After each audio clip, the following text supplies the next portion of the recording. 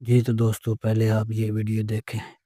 وہ جڑا الو دا پٹھا ہے او مرزا جی پتہ نہیں پلمبر جا کیا بلا ہے وہ میں سمجھتا تھا یہ صرف پیو کوئی نہیں یہ تو ماں بھی کوئی نہیں یہ تو کھوتی دا پتر لگدا ہے مینوں یہ تو کسی جانور دا بچہ ہے یار وہ تیری ماں واقعی تو ہے کھوتی دا بندے دا پتر ہوندا نا تیری ماں ہی تینوں پوچھ لیندی پہلے بزرگاں دا بخارے بنے ہن تو مینوں پے گیا جیلم دا لٹ کوٹھے والی سرکار وہ نکلا بابے تے شے ہی کوئی نہیں میں کہا تیرا ابا تے ہے ہی کوئی نہیں منہ ویکھ متھا ویکھ منہ نہ متھا کھوتا پہاڑوں لتھا جن نہیں کھوتا صرف ایک منٹ میں بتا صرف تسی دا منہ نہ صرف 2 منٹ ویکھو افریقہ دا باندر لگے گا یہ شکل ہوندی ہے ویسے بڑے نمبر دستا ہے ہاں اپنا نمبر بھی دس بھی ایک نمبر دا کنجر ہے تو دنیا دے وچ ایڈا بے غیرت ہے تو میرے بابے کر کچھ نہیں سکدے واقعی تیرے باپ نے کچھ نہیں کیتا تاں تیرے ورگا کتا بندہ جمے جا یتیم العلم یزید الفکر خبیث النسل والاصل والعقل منحوس الشکل قبیح العقل اخبث الناس ارذل الناس افتن الناس اشر الناس تو ہے جیلم دی کتی تے روڈ دے اوتے بننی ہوئی ہر بندے نوں تو پے جانا ہے لعنتیا تجھے نہیں پتا ویسے بھی تو انجینئر رکشے کھول کے کس تیرا تو کی نہیں بندا شوبے مولوی اسی 10 سال دی پڑھیا ہے جو جاندیاں باندریاں لومڑیاں اڑ کے بج بگیاں او جاؤ چھپکلیے تیرے تو بڑے بڑے یزید آئے کنجرا مگ گئے تو تے شے ہی کوئی نہیں ہے اللہ دی قسمیں آپ آج یوٹیوب بند ہو جائے تیرے ورگے کنجر نوں کہنے سننا ہے اخی یہ کافی لوگ سنتے ہیں سنیے گا پردے میں بات کروں گا شہر دے وچ نویں بازاری عورت بھی آ جاوے نا کنجر لوگ بڑے نس نس کے جاندے جے اودے مہینے تو بعد واپس بھی آوندے جے اے او مذہبی کنجری لوگ جاندے بھی یہ آنا بھی یہ ٹینشن نہ لو ہوں سارے بیک گیر لائے ہوئے لیکن یہ بھک بھک نہیں کرنی چاہیے اور ہر ولی کی دشمنی اور کبھی غوث پاک کی کبھی حضرت جنید بغدادی کبھی باجد بستامی کی مطلب بندے کو کتا ہونا چاہیے پر انٹرنیشنل کتا تو ہی نہ ہونا چاہیے سارے بھی پہ گئے ہیں کمال والی بات ہے سنیا دے بزرگ اے تے اللہ وارث ہو گئے ہیں یہ جیلم دا کتا کمرے میں کے بھونکی جاندا تو چپ بیٹھے ہو ایسا حرامزادے کو لگام ڈالی جائے کمینگی کی کوئی حد ہوتی ہے اور سننے والا ایسا انٹرنیشنل بے غیرت ہے جو جان دے کتے پونکدے پے نے اللہ دے ولیوں پوچھنے والا کوئی نہیں کیا یار ایسا یتیم العلم یزید الفکر خبیث النسل والاصل والعقل مطمئن کمینہ انٹرنیشنل بے غیرت تو جیلم دی کتی ہے ہر بندے نوں پے گئی ہے تو لیکن تینوں پتہ کوئی نہیں نا تو ساڈی ایک سٹ نہیں پہچانی پترا اس واسطے اپنی زبان بند کر بکواس بند کر پتہ سی نا وی جنہ کنجراں دی میں نوکری دیندا بیٹھا انہاں کنجراں نے اس کنجر نوں دسیا سی کنجرا اونچی بول اے کنجر تیرے پیچھے نے پر کنجر نوں نہیں پتہ اے کنجر بھی جھوٹا ہونا تے او کنجر بھی یہ وہ کمینہ ہے جس کا فالوور ہوتا ہی بے غیرت ہے میں لکھ کے دینے کے لیے تیار ہوں انہاں دے پلے کچھ نہیں اور اس کا فالوور آوارہ بھی ہوتا ہے اور دھوبی کا وہ کتا ہوتا ہے نا گھر کا رہتا ہے نا گھر کا میری بات لکھ لو اے مرزے دا منن والا ہوے تے کتا نہ ہوے کوئی نہیں سکتا میں کہا جا اے کنجرا گل کرن لگیا کنجر دماغ وچ کنجر گل ہی ہونی ہے تینوں شرم تو جا نہیں پئی ہوندی میں کہتا ہوں اگر یہ بے غیرت اور کمینہ اور حرامی نہ ہو تو یہ ویسے ہی مر جائے اگر حلالی ہو تو اتنا بڑا انٹرنیشنل مطمئن بے غیرت مینوں سی دا پیو ہے نہیں اور پیو دا باقی ہے نہیں میں آخیا پیو لب او حرامزادے اپنا باپ تلاش کر تو تا کہنا بابے شاہی کو نہیں ہے ہی کوئی نہیں فلانا ٹمکانا تو حسن بصری تو لگیا کتیا کہ آج تک دے سارے نوں پے گیا اور تیرے جیسا حرامی گستاخ پیدا ہی نہیں ہوا اس دور کے اندر جتنا حرامزادہ تو ہے اور بعض کہتے ہیں تاری صاحب اتنی سختی کر رہے ہو میں کہا سارے بابیاں جنہاں پوری دنیا تے اسلام پھیلایا اے انہاں نوں کہندا ہے شاہی کو نہیں ہو اس بے غیرت دا تے سال لینا نہیں بندا یہ تو وہ حرامزادہ ہے اس خنزیر کا زندہ رہنا کیسے بنتا ہے مجھے بتلاؤ نا اور پیر غفران صاحب نے بھی کہا تھا سن لو نعرہ غفران دا مرزا جیل میں حرام دا ان کا ہے اور اس کا جواب نہیں دے نہیں حرامی بندہ کیا دے گا بتاؤ نا مجھے ویسے فتنوں کا یہی جواب ہوتا ہے قرآن دی آیت سے نہیں پڑھ سکتا رکھو اچھا میں کہ کروڑ دی گڈی دساں آدھا میں کروڑ دی گڈی لینے میں رکھو پڑھ کے سنانا میں کہ جا لوٹ دے کیا دے لوٹ دے ایڈا کڑما نکلیا وہ گڈی دے وچ بھائی نے تیرے ورگے نوں میں کھوتے رہے تے بن کے گھیلنا تو گڈی آ نا اے پوترے تو ہے جڑا لوگ کے بیٹھا ہے مرد مکان ہم ہیں مرد میدان اور جدوں تے پیڑے چ نکلنا گیٹ کرا کے میں چڑھا دیتا میں گڈی دے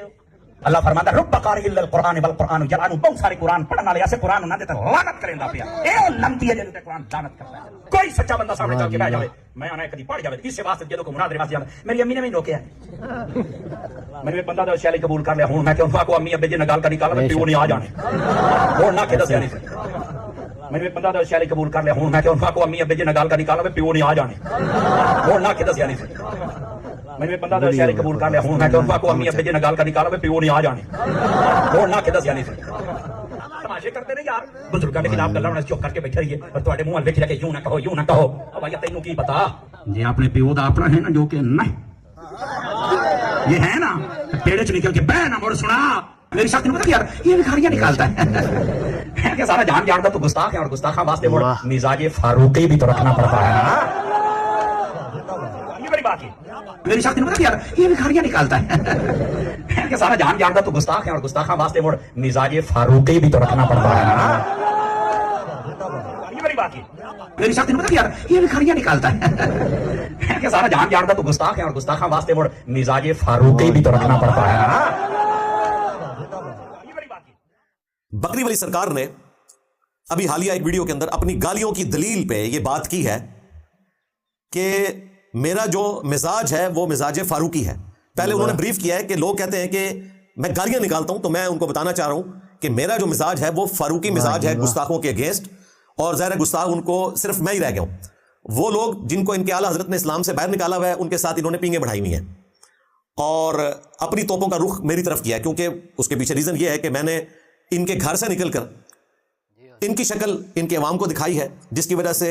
دھڑا دھڑ لوگ ان کے فرقے کو چھوڑ کر رسول اللہ صلی اللہ علیہ وآلہ وسلم کے ساتھ اٹیچ ہو رہے ہیں. یعنی کہ ان کا نعرہ ہے میرے نبی سا ہے ہی کوئی نہیں، تیرے بابے تھے شاہ ہی کوئی نہیں. تو یہ فاروقی مزاج جو انہوں نے ڈکلیئر کیا نعوذ باللہ من ذالک اپنی گالیوں کو جسٹیفائی کرنے کے لیے، تو پاکستان کے قانون میں ان پہ 298A بھی لگتی ہے، توہین صحابہ والی. ہم نہیں کہتے کہ لگائی جائے، ہمارے نزدیک تو توبہ قبول ہے 295C کی، 295A کی، B کی، 298A کی. لیکن وہ مولوی جو بات کے اوپر فتوے لگاتے ہیں ان کے لیے علامہ فکریہ ہے کہ کیا سیدنا عمر فاروق رضی اللہ تعالیٰ عنہ کی اس طرح توہین کرنا کہ اپنی گالیوں کو جسٹیفائی کرنے کے لیے یہ کہنا کہ یہ سیدنا عمر کا مزاج تھا کہ وہ گستاخوں کے ساتھ اس طریقے سے پیش آتے تھے، کیا نعوذ باللہ من ذالک سیدنا عمر گالیاں نکالا کرتے تھے گستاخوں کو؟ ولیعوذ باللہ تعالی، بالکل ایسا نہیں تھا. سیدنا عمر کا مزاج تو بالکل ڈیفرنٹ تھا اس حوالے سے کہ وہ نبی صلی اللہ علیہ وآلہ وسلم کی عفت اور عصمت کی حفاظت کرنے میں دلیر تھے، اس میں کوئی شک نہیں ہے، لیکن اپنی زبان کے اعتبار سے وہ پوری احتیاط کیا کرتے تھے. اس کی واضح مثال صحیح بخاری کے اندر موجود ہے. سیدنا صائب بن یزید رضی اللہ تعالیٰ عنہ کہتے ہیں میں مسجد نبوی میں لیٹا ہوا تھا، اتنے میں کسی شخص نے مجھے چھوٹی سی کنکری ماری، حتیٰ کہ میری آنکھ کھل گئی کیونکہ میں سویا ہوا تھا. میں نے جب اٹھ کر دیکھا تو وہ سیدنا عمر تھے اور اس وقت وہ خلیفہ وقت ہیں. انہوں نے مجھے اشارے سے بلایا اور بلا کر کہا کہ یہ جو دو لوگ آپس میں لڑ رہے ہیں نا ان کو میرے پاس بلاؤ. وہ کہتے ہیں میں ان دو بندوں کے پاس گیا، ان کو سیدنا عمر کے پاس لے کر آیا تو سیدنا عمر فاروق رضی اللہ تعالیٰ عنہ نے ان دونوں سے انٹرویو کیا اور پوچھا کہ تم دونوں کہاں کے رہنے والے ہو، کس قبیلے سے تعلق رکھتے ہو، کس علاقے سے آئے ہو؟ تو انہوں نے بتایا کہ ہم طائف کے رہنے والے ہیں. تو سیدنا عمر نے فرمایا کہ اگر تم مدینہ شریف کے رہنے والے ہوتے تو میں تمہیں سزا دیتا کہ تم لوگ رسول اللہ کی مسجد میں اپنی آوازوں کو بلند کر رہے ہو آپس میں لڑتے ہوئے. سیدنا عمر نے انہیں آواز دے کر نہیں بلایا.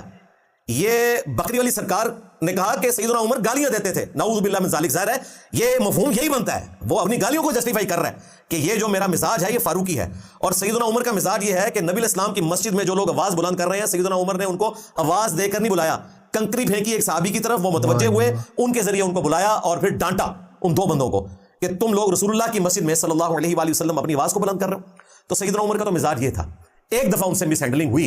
انجانے میں، اس کے بعد انہوں نے پوری زندگی دوبارہ کوئی اس طرح کا معاملہ نہیں کیا. اور وہ معاملہ ایسا ہوا جو قرآن پاک میں اللہ تعالیٰ نے اشارتاً ذکر کیا ہے اور پورا واقعہ صحیح بخاری کے اندر آیا ہے، صحیح بخاری میں موجود ہے. ابن ابی ملیکہ تابعی کہتے ہیں قریب تھا کہ اس مخلوق کے دو سب سے بہترین لوگ یعنی سیدنا ابو بکر اور عمر تباہ و برباد ہو جاتے جب انجانے میں انہوں نے رسول اللہ صلی اللہ علیہ وآلہ وسلم کی موجودگی میں اپنی آواز کو بلند کر دیا. اور پھر وہ حدیث بیان کرتے ہیں کہ ایک قبیلہ نیو مسلم ہوا، سیدنا ابو بکر نے مشورہ دیا کہ ان کے لیے فوکل پرسن فلاں شخص کو مقرر کیا جائے. تو سیدنا عمر نے ان کی مخالفت کی کہ وہ شخص اچھا نہیں ہے اس پوائنٹ آف ویو سے، آپ فلاں شخص کو مقرر کریں. بس اسی میں سیدنا ابو بکر اور عمر کے درمیان اختلاف ہوا، ان کی آوازیں بلند ہوئی، نبی الاسلام کے ساتھ بدتمیزی کرتے ہوئے نہیں، آپس میں. اسی وقت آیات نازل ہوئی یا ایھا الذین آمنوا لا ترفعوا اصواتکم فوق صوت النبی، اے اہل ایمان اپنی آواز کو بلند نہ کرو رسول اللہ صلی اللہ علیہ وآلہ وسلم کی آواز سے، اور ان کے ساتھ اس طرح گفتگو نہ کرو جس طرح تم آپس میں ایک دوسرے کے ساتھ کرتے ہو، کہیں ایسا نہ ہو کہ تمہارے اعمال برباد کر دیے جائیں اور تمہیں خبر تک نہ ہو. اس کے بعد صحیح بخاری کے الفاظ ہیں سیدنا عمر اتنی آہستہ آواز میں گفتگو کرتے تھے کہ نبی الاسلام کو سنائی نہیں دیتی تھی. آپ کہتے تھے عمر اونچا بولو مجھے آواز نہیں آ رہی. یہ اس حدیث کے اندر موجود ہے اور یہ کہہ رہا ہے کہ سیدنا عمر والا مزاج میرا ہے. سیدنا عمر تو نبی الاسلام کے حوالے سے اپنی آواز کو نیچرل بلند ہونے کے باوجود آہستہ کر لیتے تھے کہ کہیں نبی الاسلام کی شان میں گستاخی نہ ہو. اور یہ کہہ رہے ہیں کہ نبی الاسلام کی محبت میں وہ نعوذ باللہ لوگوں کو گالیاں دیا کرتے تھے جس طرح اس نے گالیاں دی ہیں. اور جب سیدنا عمر کا یہ ادب دیکھا اللہ تعالیٰ نے تو اگلی آیات نازل فرمائی ان الذین یغضون اصواتهم عند رسول اللہ، بے شک وہ لوگ جو اپنی آوازوں کو پست رکھتے ہیں رسول اللہ کے حضور صلی اللہ علیہ وآلہ وسلم، یہی وہ لوگ ہیں جن کے دلوں کو اللہ تعالیٰ نے تقوی کے لیے چن لیا ہے اور ان کے لیے مغفرت اور اجر عظیم ہے. اور یہ مبارک آیات آج بھی روزہ شریف کے اوپر لکھی ہوئی ہے، یعنی جو سینٹرل جالی ہے اس پہ یہی لکھا ہوا ہے لا ترفعوا اصواتکم فوق صوت النبی. اور باب السلام کی طرف سے انٹر ہوں تو ان الذین یغضون اصواتهم عند رسول اللہ. اور جب آپ دوسری طرف سے باب البقی کی طرف سے باہر نکلیں تو اس میں وہ ختم نبوت والی آیت لکھی ہے ما کان محمد ابا احد من رجالکم ولکن رسول اللہ وخاتم النبیین صلی اللہ علیہ وآلہ وسلم. یہ دیکھیں یہ وہ تین آیات ہیں کہ جو نبی الاسلام کے روزہ اطہر کی جالیوں کے اوپر لکھی واہ ہوئی، جی واہ، حتیٰ کہ مفتی اعظم سعودیہ جن کو یہ اتاری گروپ کہتا ہے کہ یہ گستاخ ہیں، انہوں نے روزہ رسول کی حاضری کی جو بک پرنٹ کی ہے اس میں انہوں نے انہی آیات کو کوٹ کر کے لکھا ہے کہ نبی الاسلام اپنی وفات کے بعد بھی اسی طریقے سے قابل احترام ہے جس طرح اپنی مبارک زندگی میں آپ کی قبر اطہر کے پاس کوئی آواز بلند نہیں کر سکتا، جن کو یہ کہتے ہیں نجدی ہیں، گستاخ رسول ہے، اور اپنا حال یہ ہے کہ وہاں اونچی آواز میں یہ نعتیں پڑھ رہے ہوتے ہیں۔ اور اللہ کا شکر ہے کہ روزہ شریف پاکستان میں نہیں ہے، انہوں نے ڈول ڈمکے بھی شروع کروانے تھے، قوالیاں بھی کروانی تھی، اور پھر وہ ڈانس والا جو ان کا ذکر ہے جو پوری دنیا کے اندر ان کا ایک فخر سمجھا جاتا ہے، یہ سارے تماشے انہوں نے مسجد نبوی میں لگانے تھے۔ اللہ کا شکر ہے کہ اللہ تعالیٰ نے ان کی نحوست سے بچایا، روزہ شریف کو بھی، مسجد نبوی شریف کو بھی، اور الحمدللہ بیت اللہ شریف کو بھی۔ تو اس کا یہ کہنا کہ میرا جو مزاج ہے فاروقی ہے، تو میرا خیال ہے اتنا ہی جواب دے دینا کافی ہے۔ اب میں ان علماء سے پوچھوں گا جو ٹھیکیدار سمجھتے ہیں اپنے آپ کو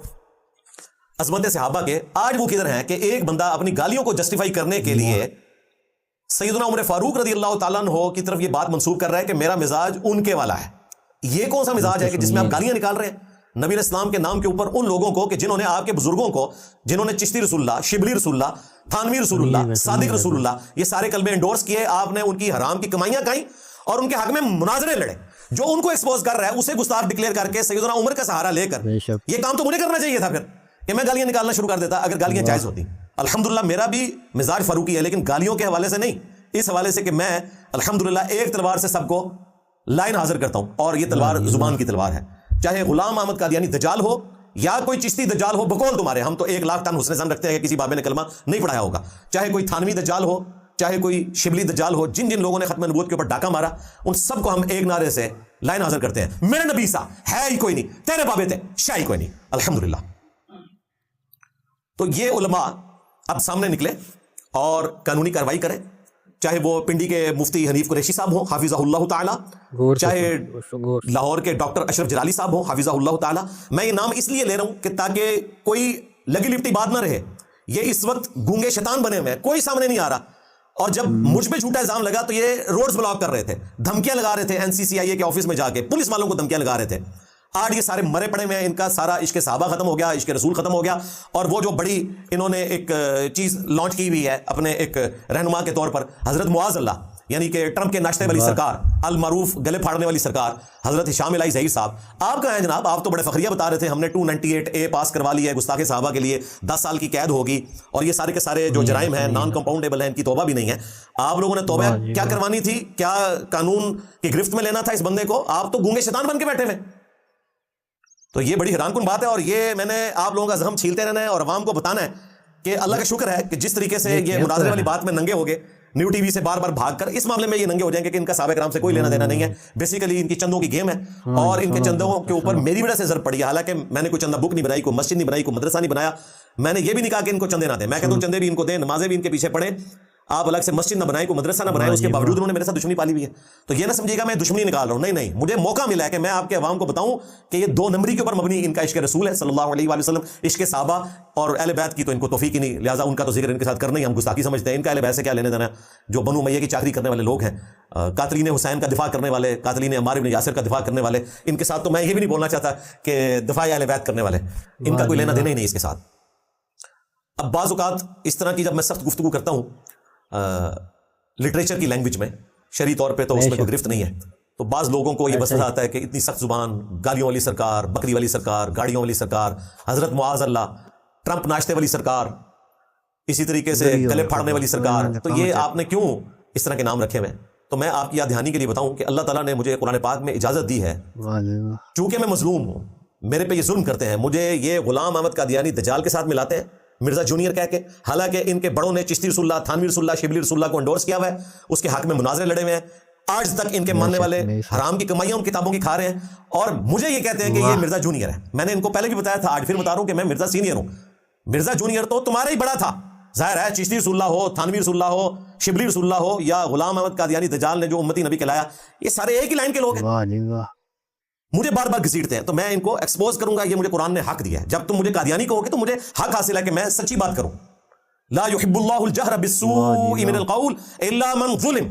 اللہ تعالیٰ برائی کے ساتھ آواز بلند کرنا کسی کا پسند نہیں فرماتا، ہاں مگر اس کا کہ جس پہ ظلم ہوا ہے، تو یہ ظالم ہے اور میں مظلوم ہوں۔ اس طریقے سے قرآن پاک میں اللہ تعالیٰ نے فرمایا وَجَزَاءُ سَيِّئَةٍ سَيِّئَةٌ مِثْلُهَا،